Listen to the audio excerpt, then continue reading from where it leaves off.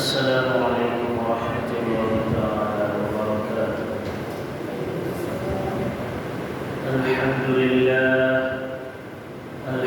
لله نحمده ونستعينه ونستغفره ونعوذ بالله من شرور أنفسنا ومن سيئات أعمالنا.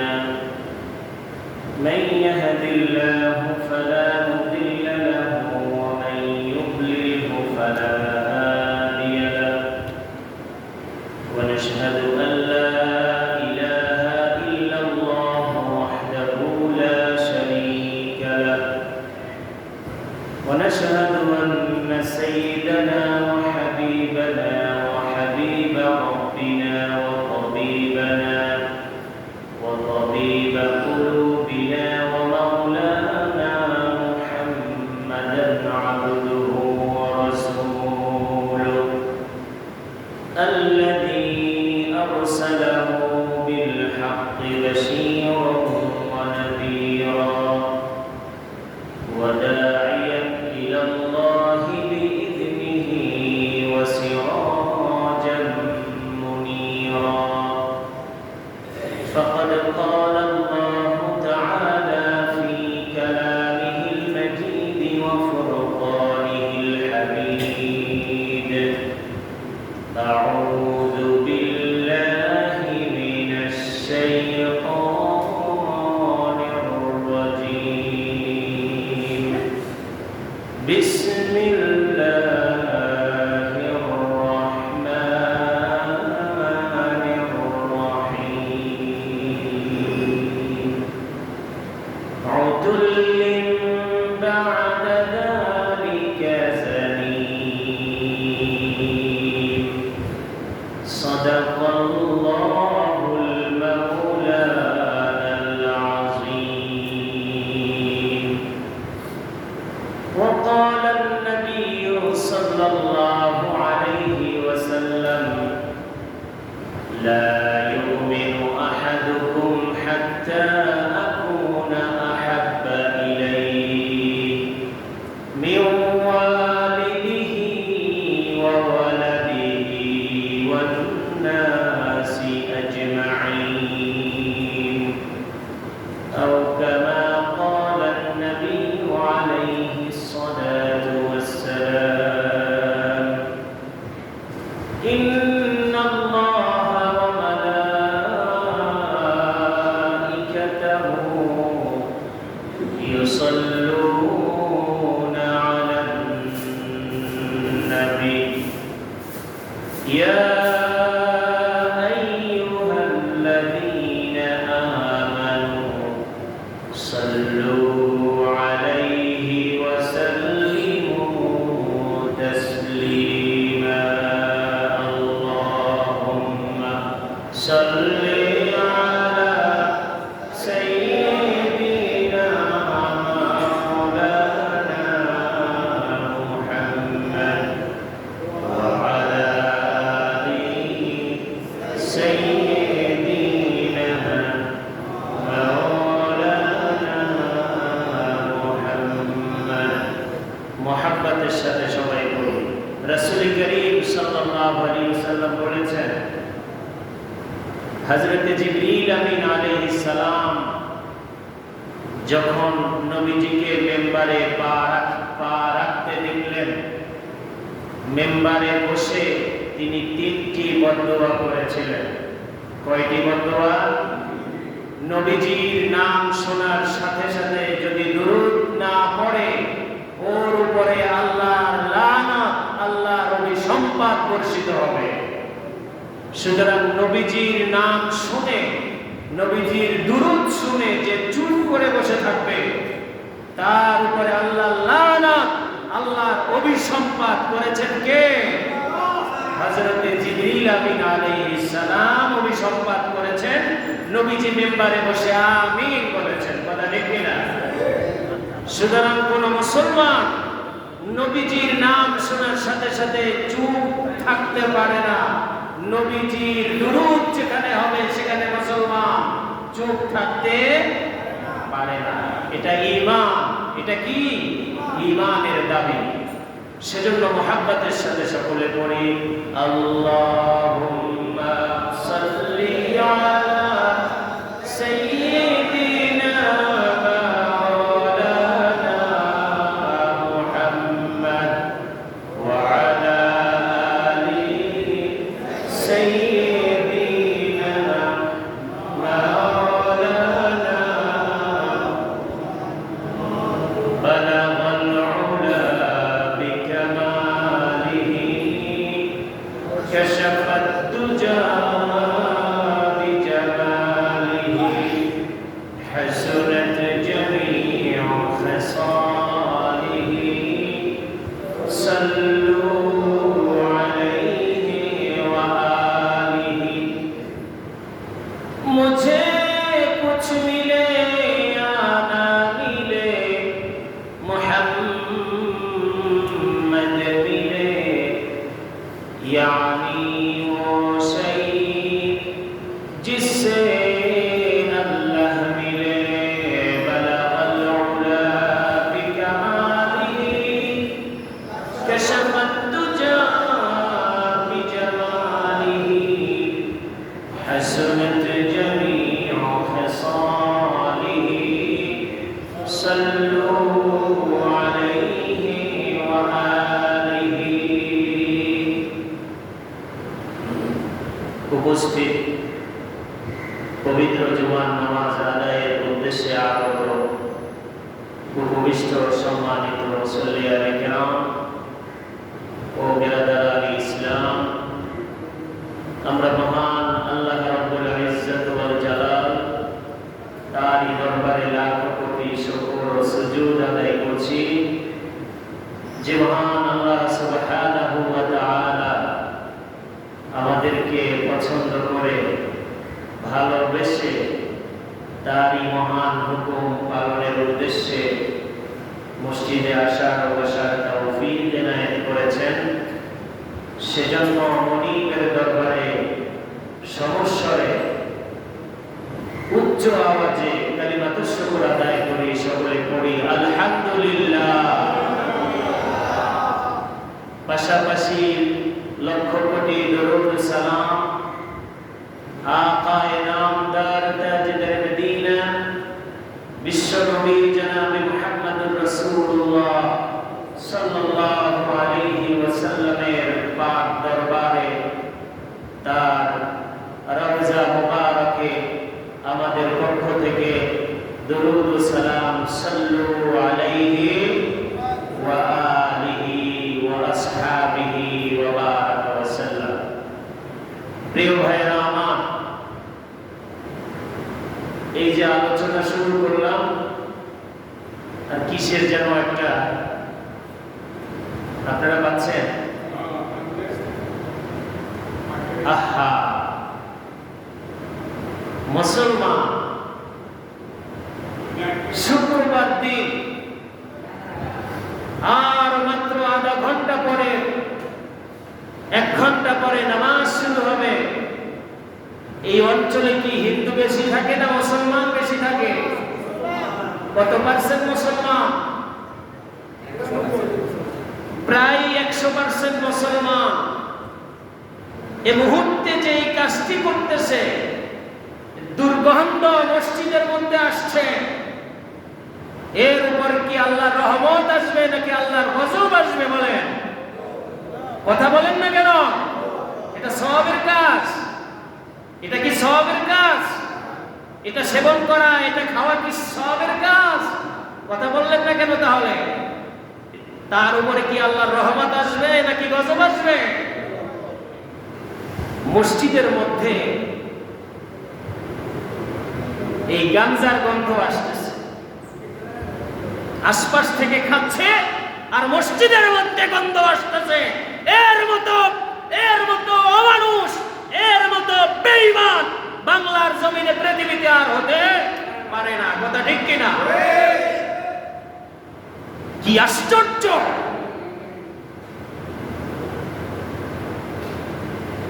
ঠিক একই কাহিনী হয়েছিল গাজীপুরে। এক মাহফিলে গিয়েছিলাম, এসার পরে বয়ান কিছুদিন আগে।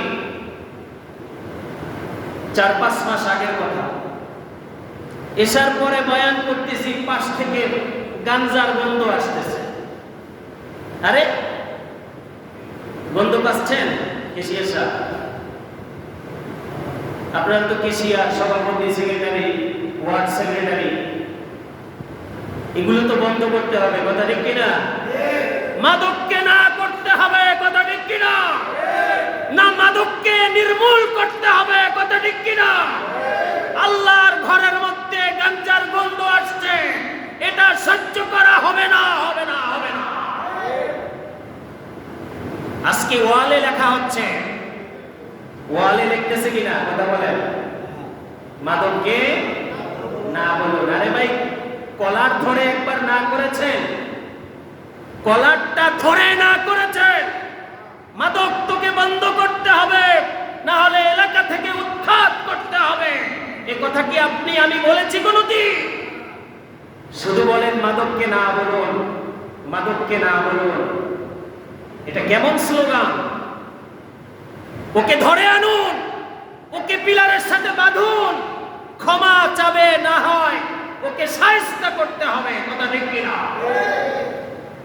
শুধু এই ভাইটাই নয়, আমি শুধু তাকেই বলছি না, সমাজব্যাপী, রাষ্ট্রব্যাপী মাদক, এরপরে কি বলে ফেন্সিডিল, ইয়াবা,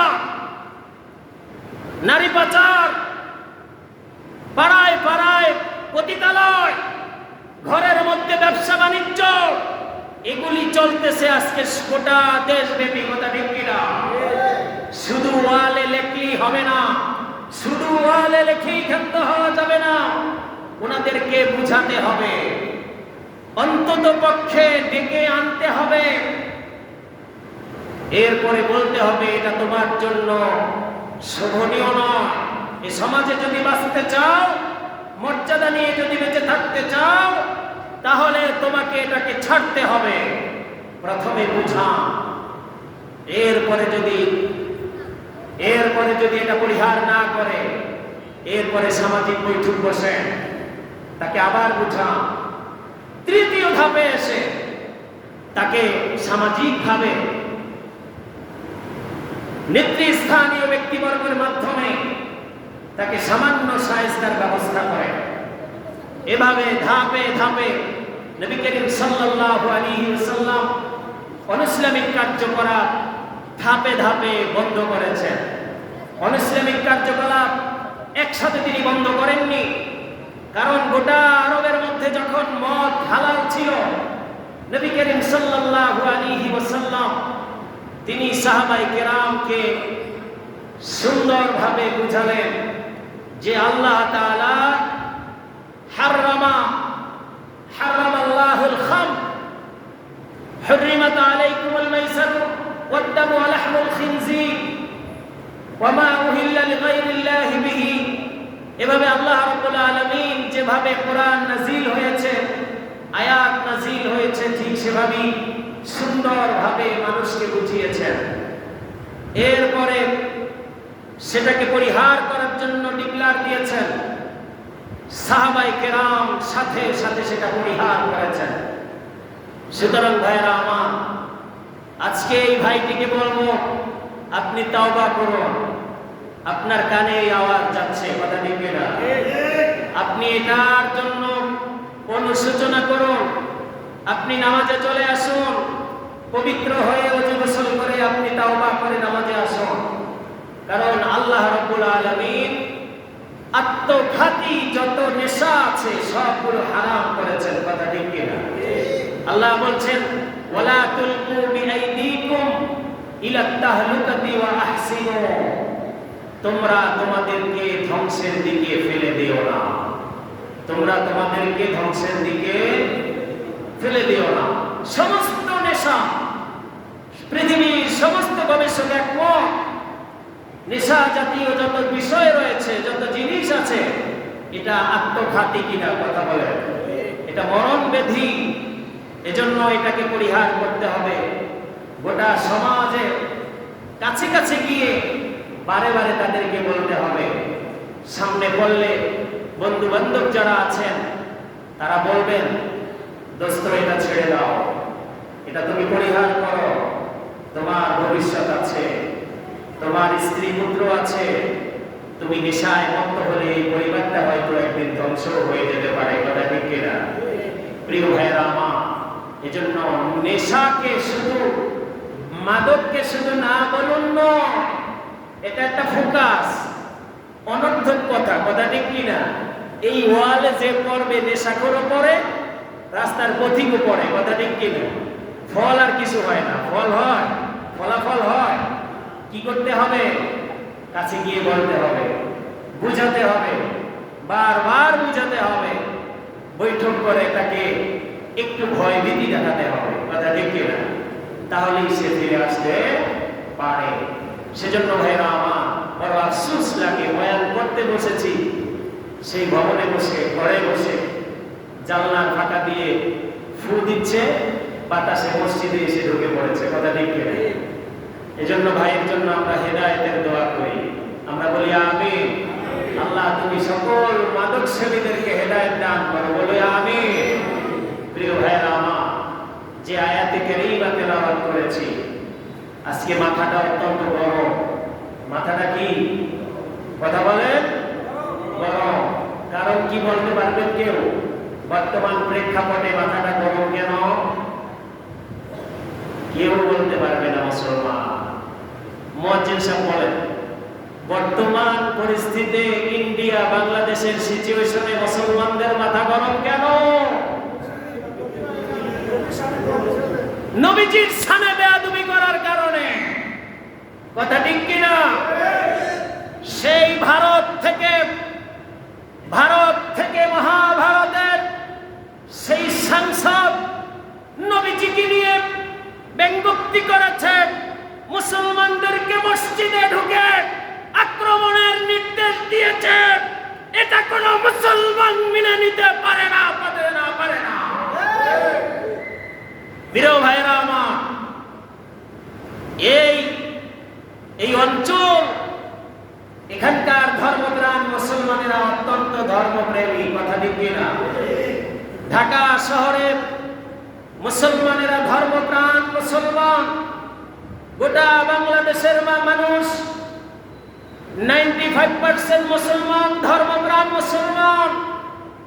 আজকে আমাদের হৃদয়ে রক্তক্ষরণ জাগানো হয়েছে, আজকে আমাদের হৃদয়ে রক্তক্ষরণ করা হয়েছে।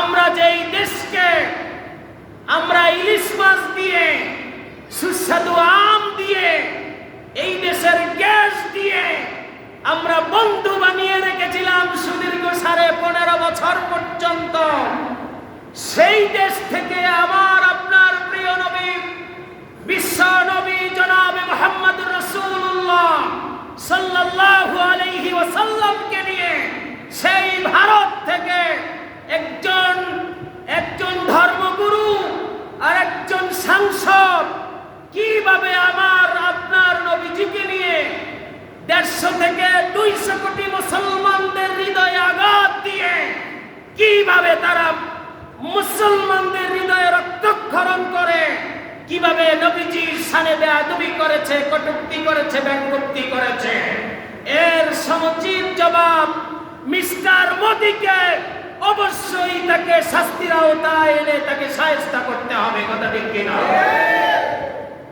প্রিয় ভাইরা আমার, যেই নবীজিকে সাহাবায়ে কেরাম একটা ফুলের টোকা পর্যন্ত দিতে বারণ করেছে, কাফেরদের থেকে আগলে রেখেছেন, নিজের শরীরের মধ্যে 70 থেকে 80টি বর্ষা ঢুকেছে, এমন সাহাবীও নবীজিকে হেফাজতের জন্য গা পেতে দিয়েছেন, তাকে আগলে রেখেছেন। কথা ঠিক কিনা? এমন সাহাবী যুদ্ধের ময়দানে নবীজিকে সামান্য আক্রমণ থেকে বাঁচানোর জন্য, কাফের মুশরিকদের ফুলের টোকা থেকে বাঁচানোর জন্য নিজের জীবনকে উৎসর্গ করে দিয়েছেন।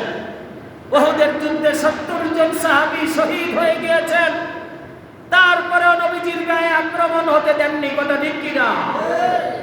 আজকে বৃহত্তম মুসলিম দেশ, দ্বিতীয় বৃহত্তম মুসলিম দেশ, এই বাংলাদেশে আজকে তাওহীদি জনতার হৃদয়ে আঘাত করা হয়েছে, গোটা পৃথিবীর মুসলমানদের রক্তক্ষরণ করা হয়েছে।